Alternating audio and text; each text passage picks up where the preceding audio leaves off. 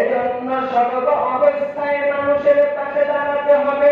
আল্লাহ পাক রব্বুল আলামিন বলে ওয়ামান আহইয়াহা ফাকান্নামা আহইয়ান নাস জামিআ। আল্লাহ পাক রব্বুল আলামিন জানায়া দেয় মানুষ বিপদে পড়েছে, মানুষকে হত্যা করতে চাচ্ছে অন্যায়ভাবে। মুসলমান আপনি আমি যদি এই ব্যক্তিটাকে সেখান থেকে উদ্ধার করে নিয়ে আসতে পারি, সেই মানুষটাকে যদি আপনি আমি ওসিলা হিসেবে বাঁচিয়ে দিতে পারি, আল্লাহ পাক রব্বুল আলামিন বলেন তুমি যেন পুরো পৃথিবীর মানুষগুলোকে বাঁচিয়ে দিলে। এজন্য মুসলমান খেয়াল করে শুনবেন, মানুষ হত্যা করা যেহেতু পুরো পৃথিবীর মানুষ হত্যা করার সমান, মানুষকে বাঁচিয়ে নেওয়া যেহেতু পুরো পৃথিবীর মানুষকে বাঁচিয়ে নেওয়ার সমান, আপনাকে আমাকে কিন্তু ওই মালিকের দেওয়া ভালো পথটাই বেছে নিতে হবে। এজন্য কিভাবে আপনার আমার এই সোনার জন্মভূমি, আপনার আমার সমাজে মানুষ হত্যা বন্ধ হয়, জুলুম হত্যা বন্ধ হয়, জেনা বিচার বন্ধ হয়ে যায়, সেই পদক্ষেপ গ্রহণ করতে হবে। আপনার আমার পক্ষে তো একাই এইসব বন্ধ করা সম্ভব না। তো আপনাকে আমাকে কি করতে হবে?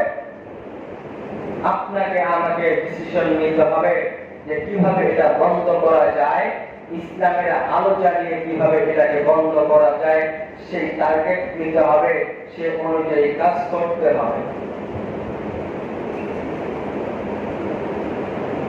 তাও তো আপনার আমার মতো মানুষ যারা অন্যায় অবিচার করে, কিন্তু আপনার আমার আর তাদের ভিতরে পার্থক্যটা কি? যারা মানুষকে হত্যা করে দুনিয়ার জমিনে ফিতনা ফাসাদ সৃষ্টি করে, অন্যায় অবিচার করে, এরা কিন্তু মানুষ নামের মুসলমান নামের মুনাফিক। এরা কি মুসলমান নামের মুনাফিক।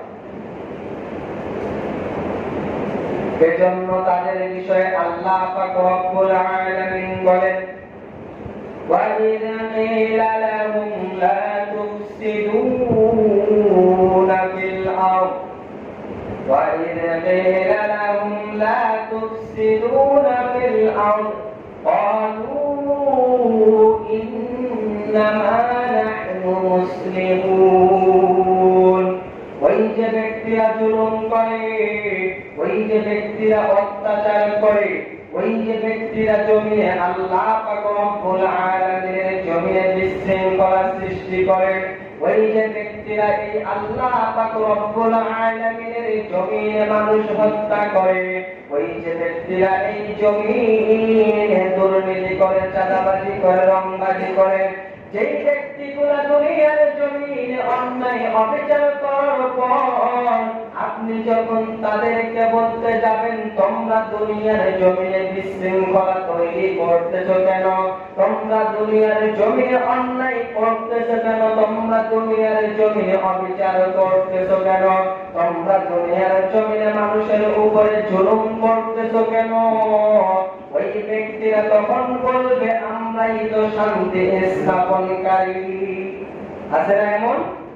যাদেরকে আপনারা বলবেন যে ভাই আপনারা এরকম ফিতনা ফাসাদ করতেছেন কেন, আপনারা মানুষের উপর জুলুম করতেছেন কেন, আপনারা মানুষের উপর অবিচার করতেছেন কেন, আপনারা মানুষের উপর অন্যায় করতেছেন কেন, তখন তারাই বলবে যে আমরাই তো শান্তি স্থাপন করতেছি, অথচ আসলেই তারা জুলুমকারী জালেম।